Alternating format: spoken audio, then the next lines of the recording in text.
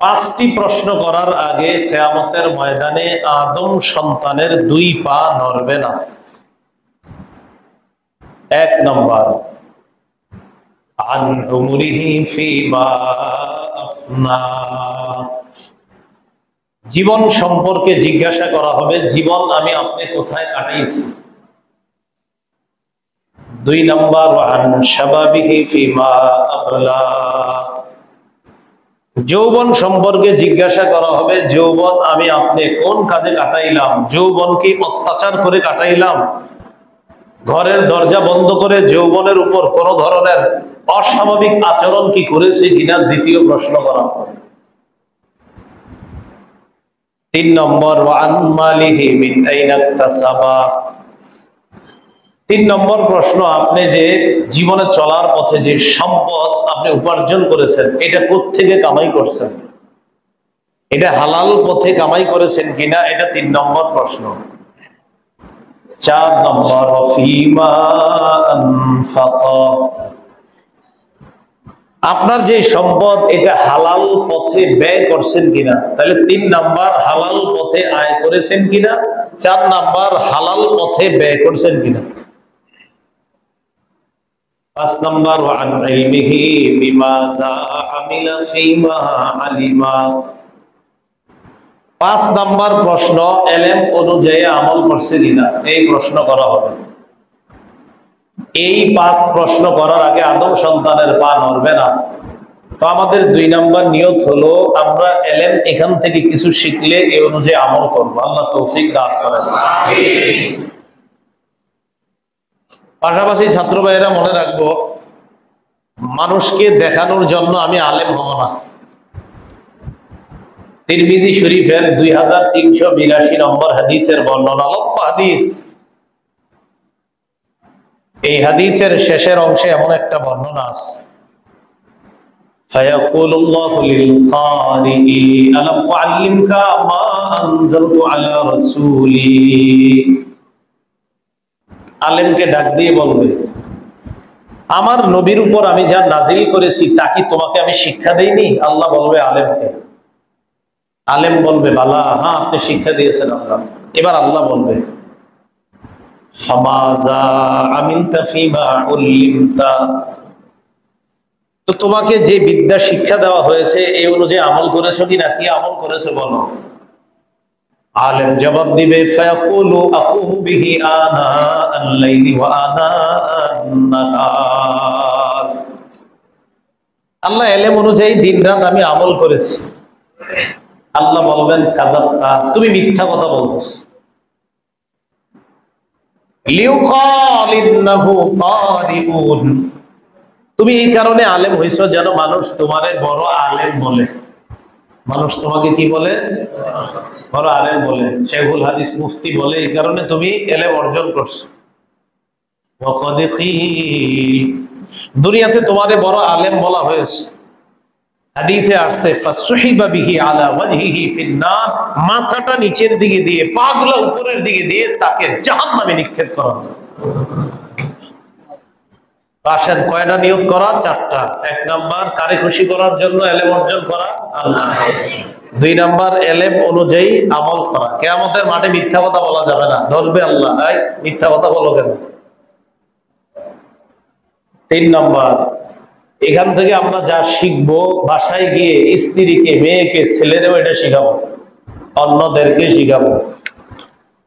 বুখারী শরীফের বর্ণনা 105 নম্বর হাদিস, রাসূলুল্লাহ সাল্লাল্লাহু আলাইহি সাল্লাম বলেন, ইন্না দিমাআকুম ওয়া আমওয়ালাকুম ওয়া আরাদাকুম আলাইকুম হারামুন কাহুরমাতি ইয়াউমিকুম হাদা ফি হাদাশ শাহরি ফি হাদাল বালাদ।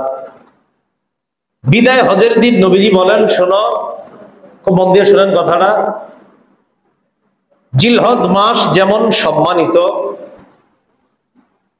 এই মক্কা শহরটা যেমন সম্মানিত, আজকে কোরবানির দিনটা যেমন সম্মানিত। কয়টা সম্মানের কথা বলা হলো? তিনটা।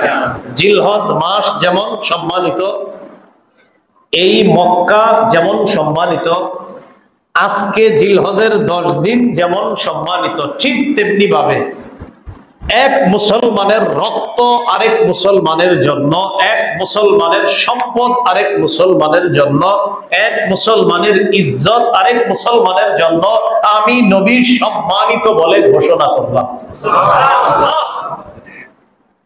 তাহলে আমার কাছে আপনার ইজ্জত মক্কা শরীফ যেমন সম্মানিত, আপনার ইজ্জত আমি একজন মুসলমানের কাছে তেমন সম্মানিত। মক্কা যেমন সম্মানিত, জিলহজ মাস যেমন সম্মানিত, জিলহজ মাসের 10 তারিখ যেমন সম্মানিত, একটা মুসলমানের কাছে আরেক মুসলমানের সম্পদ ইজ্জত তেমন সম্মানিত।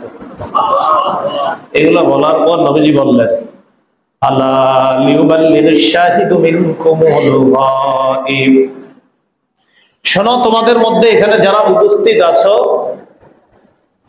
তারা অনুপস্থিতদের কাছে এই কথাগুলা জানিয়ে দিবা। এইখানে যারা উপস্থিত আছো অনুপস্থিতদের কাছে এই কথাগুলা জানায়া দিবা। তাহলে বলেন তো কয় নিয়তে আমরা এখানে কিছু শিখবো? 4 নিয়ত। 1 নাম্বার কাকে খুশি করা, 2 নাম্বার যা শিখবো এই অনুযায়ী আমল করা, 3 নাম্বার আমি যে জিনিসটা শিখবো এটা অন্যের কাছে পৌঁছায় দিব, 4 নাম্বার গুরুত্বপূর্ণ কথা, আমি যা কিছু শিখবো জানবো, এই জানা শোনা এটা একটা আমল। আমার এই আমলের প্রতিদান মানুষের কাছে চাই না, আল্লাহর কাছে চাই। কার কাছে যাই?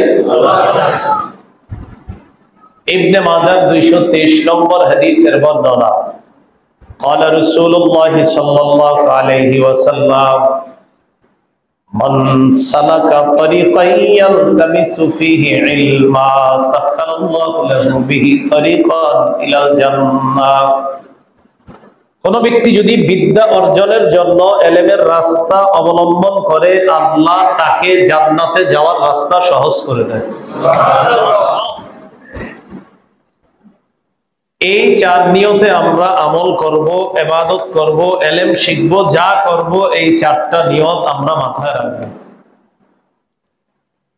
নিয়তগুলা যদি আমাদের বিশুদ্ধ থাকে তাহলে ইনশাআল্লাহ কিয়ামতের ময়দানে হিসাব আমাদের জন্য সহজ হয়ে যাবে। আলী রাদিয়াল্লাহু তাআলা আনহু বলেন, ইন্নাল ইয়াউমা আমালুন লা হিসাব ওয়াগাদান হিসাবুন লা আমাল। আলী রাদিয়াল্লাহু তাআলা আনহু বলেন, এখন সময় হলো আমল করার, হিসাবের সময় এখন না। আগামীকাল হিসাবের সময়, আমল করার সময় না। আবার বুঝেন, আলী বলেন ইন্নাদ দুনিয়া ইরতাহালাতিদ দুনিয়া মুদবিরাতান ওয়ারতাহালাতিল আখিরাতু মুকবিলা। আলী বলেন দুনিয়া পিছিয়ে যাচ্ছে, আখিরাত সামনের দিকে আসতেছে। আলী বলেন দুনিয়া পিছিয়ে যাচ্ছে, আখিরাত সামনের দিকে আসতেছে। ফাকুনু মিন আবনাইল আখিরা ওয়া লা তাকুনু মিন আবনাইদ দুনিয়া, তোমরা আখিরাতের সন্তান হও, তোমরা দুনিয়ার সন্তান হও না। এর মানে এমন আমল করো যে আমলে তুমি প্রকৃত আখিরাতের আমল করতে পারো আর জান্নাতি হতে পারো। এমন কিছু করবা না যে কাজে তোমাকে দুনিয়াদার মনে হয়। তো হযরত আলী বলেন, শোনো, এই দুনিয়া আমলের জায়গা, হিসাবের জায়গা না। আখিরাত হিসাবের জায়গা, সেখানে কোনো আমল নামা হবে না, সেখানে হিসাব হবে। সেখানে কোনো আমল করার সুযোগ পাবা না। আমলের জায়গা দুনিয়া, হিসাবের জায়গা আখিরাত। আমলের জায়গা কিন্তু আখিরাত না। আল্লাহ আমল বানায়া দেওয়ার তৌফিক দান করেন। আমিন।